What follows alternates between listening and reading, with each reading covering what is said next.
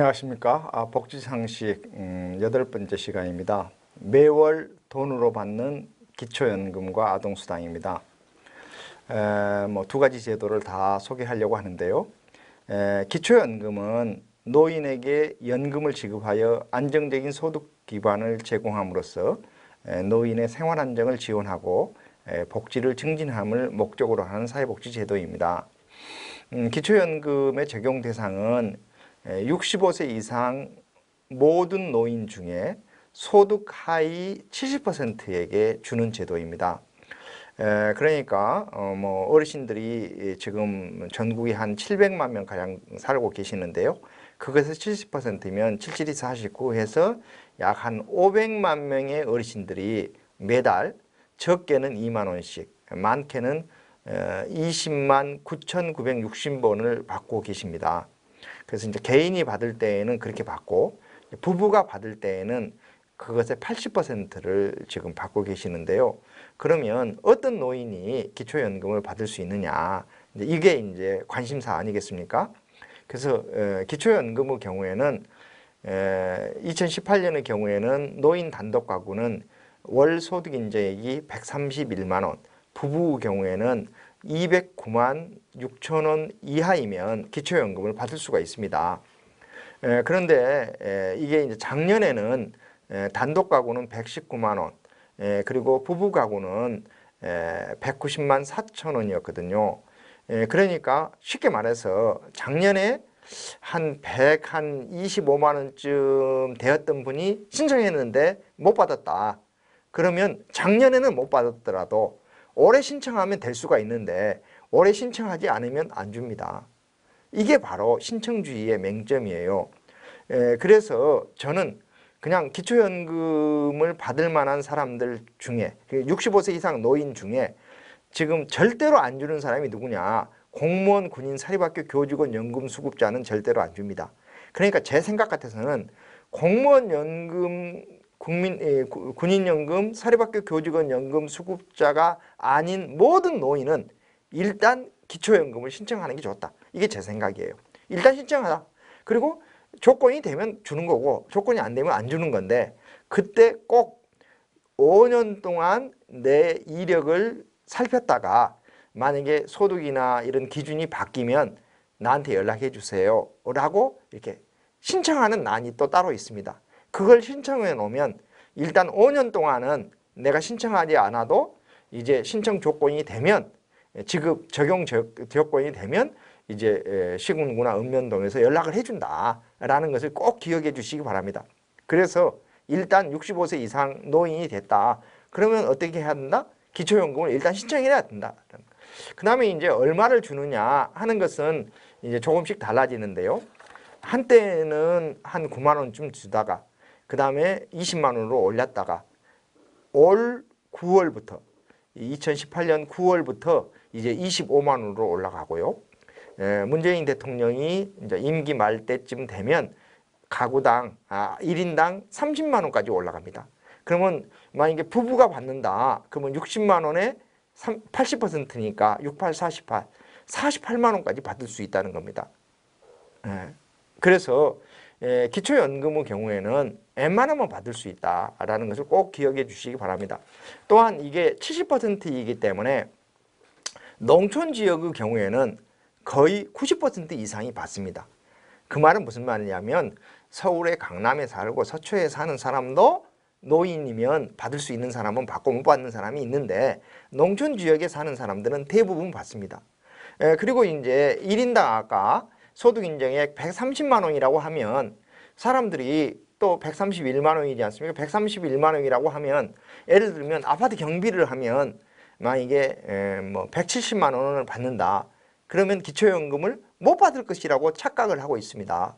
이게 이제 소득인정액하고 그 사람의 실제 소득하고 다르다는 것을 잘 몰라요. 국가는 어르신들이 또 애써서 일하면 근로소득에 한정해서 84만 원을 우선 공제하고 나머지 금액에도 30%를 추가 공제해 줍니다.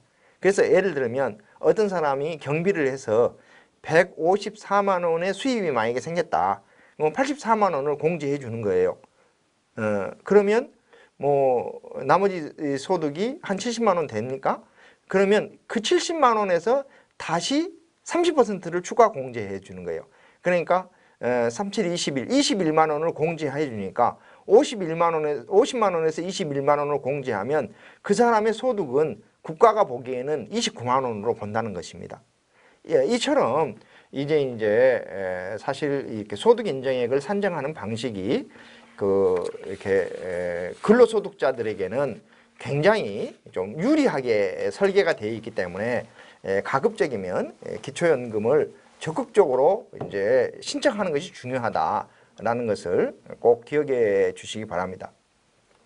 그 다음에 이제 부부 경우에는 부부 모두의 근로소득을 다 공제해주는 제도가 있어요. 그러니까 부부 경우에도 뭐 N만큼 벌어가지고는 이제 기초연금을 받을 수 있다라는 겁니다. 그리고 기초연금은 신청한 사람에게만 주기 때문에 꼭 신청해 주시고, 기초연금은 세금으로 주는 것입니다. 그래서 국가가 세금으로 조달을 한다. 그리고 관리 운영은 정부가 하고 있고, 혹시 기초연금이 필요로 하는 사람은 시군구나 읍면동에 신청하면 된다라는 것을 강조하고 싶습니다. 그 다음에 이제 제가 올 시간에 정말 또 강조하고 싶은 것이 우리나라에 아동수당 제도라는 것이 이제 생기게 됩니다. 당초에는 2018년 6월부터 아동수당을 지급하기로 하고, 당시 문재인 대통령 후보는 5세 이하 모든 아동에게 월 10만 원씩 지급하기로 약속했지만, 국회에서 심의하는 과정에 6월에 지방선거가 있으니까 뭐 이렇게 세금으로 주는 것들을 6월에 주면 마치 정부 여당이 주는 것처럼 생각하지 않겠느냐, 이래서 선거에 영향을 준다 해서 이제 9월로 이렇게 늦췄고요. 그 다음에 당시 문재인 후보는 모든 사람에게 주자 이렇게 해서 100% 주기로 했는데, 당시 국민의당에서는 80%까지 주기로 했어요. 그러다 보는데 여러분들이 알다시피 지금 더불어민주당이 이제 이렇게 그 과반수가 못 되지 않습니까? 그래서 이제 협의 과정에서 그러면 상위 10%를 제외한 아동에게 만 5세 이하 아동에게 10만 원씩 주자 하는 것으로 지금 결정되어 있습니다. 그래서 이제 9월부터 주기 위해서 정부가 많은 준비를 하고 있고, 또 이제 9월부터 줄 거라고 저는 보고 있는데요. 이제 하위 90%에게 준다는 뜻은 무슨 말이냐면 그냥 진짜 부자를 제외하고는 다 준다는 뜻입니다. 그리고 사실은 젊은 세대일수록 즉 젊은 세대이면서 자녀가 있는 사람일수록 상위 10%에 해당되는 사람이 정말 많지 않습니다. 그래서 실제로 지금 복지부가 대충 이렇게 추계해 본 바에 의하면 5세 이하 아동의 약 한 95% 내외 정도가 월 10만 원씩 받을 수 있을 것이다. 물론 이제 아주 경계선상에 있는 사람들의 경우에는 액수가 약간 감액되기는 하겠습니다만, 쉽게 말해서 국가가 이제 월 10만 원씩 아동 양육을 위해서 주고 있다. 아동 수당으로 준다. 이렇게 보시고 되고, 또 이제 이것과 별개로 그냥 집에서 아이만 키워도 0세 아동은 20만 원, 1세 아동은 15만 원, 그리고 미취학 아동은 10만 원씩 주고 있습니다. 현재도 주고 있어요. 그러니까 그 돈과 별도로 9월부터 10만 원을 또 추가로 준다는 거 아니겠습니까?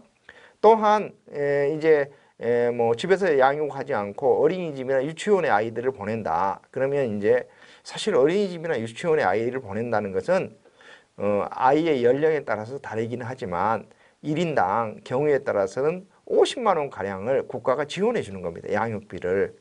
그러니까 이제 우리가 옛날에는 뭐 선진국이 아이들을 하나라도 키우기만 하면 뭐 국가가 다 대준다 이럴 정도는 아직은 아니지만, 우리 사회도 이제 아동수당 지급과 같은 이런 새로운 제도들이 이제 이렇게 확충되고 있다.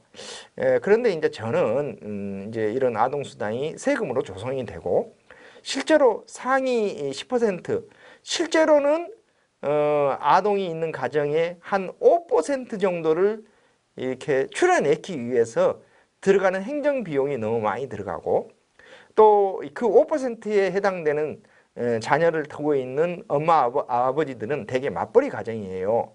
그러면 맞벌이 가정의 경우에는 사실은 아이 양육에 들어가는 비용이 더 들어가지 않습니까?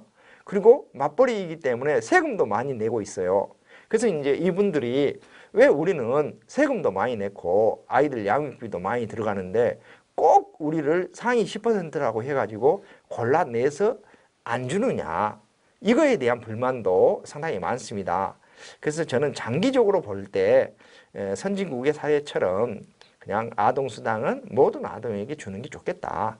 그 다음에 왜 만 5세까지는 주고 6세나 7세는 안 주느냐.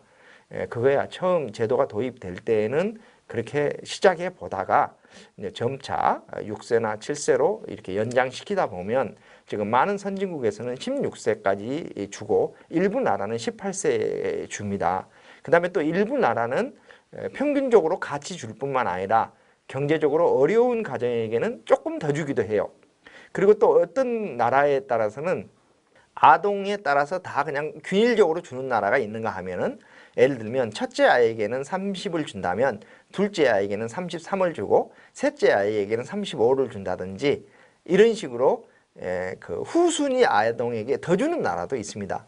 이건 이제 다분히 이제 아이를 좀 많이 낳으면 국가가 더 지원해 주겠다. 이런 출산 장려 정책하고도 연결되어 있거든요. 그래서 국가가 아동수당은 무슨 출산 장려 정책이다라고 뭐 이렇게 명시적으로 말하지는 않지만 다분히 이제 아이는 부모가 낳으면 국가와 사회가 함께 키우겠다라는 의지를 표현하는 것이 아동수당이다. 그래서 저는 우리나라도 아동수당의 어떤 연령을 조금씩 늘려가고 또 이렇게 액수도 좀 늘려가는 이런 방향으로 가야 되지 않을까 싶습니다. 오늘은 이제 주로 이제 이렇게 현금으로 주는 기초연금과 또 이렇게 아동수당에 대해서 소개해 줬습니다만 뭐 이 밖에도 우리가 현금으로 주는 것이 또 양육수당도 있고 또 뭐 사실상 현금으로 주다시피 하는 것 중에는 또 장애인들에게 주는 연금도 있고 이러기 때문에 우리가 이제 좀 더 복지 제도 중에 어떤 것들이 있는지 좀 잘 살펴보면 좋겠습니다. 제가 지금까지 시민들이 꼭 알아야 할 복지 상식에 대해서 강의를 했는데요.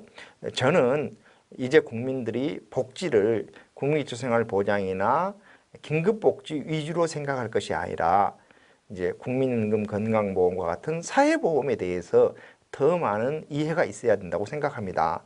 실제로 국가가 기초생활보장에 의해서 쓰기 위해서 1년에 쓰는 돈이 대충 10조가 약간 넘습니다만 지금 국민건강보험에 쓰는 돈만 해도 1년이면 60조가 넘습니다.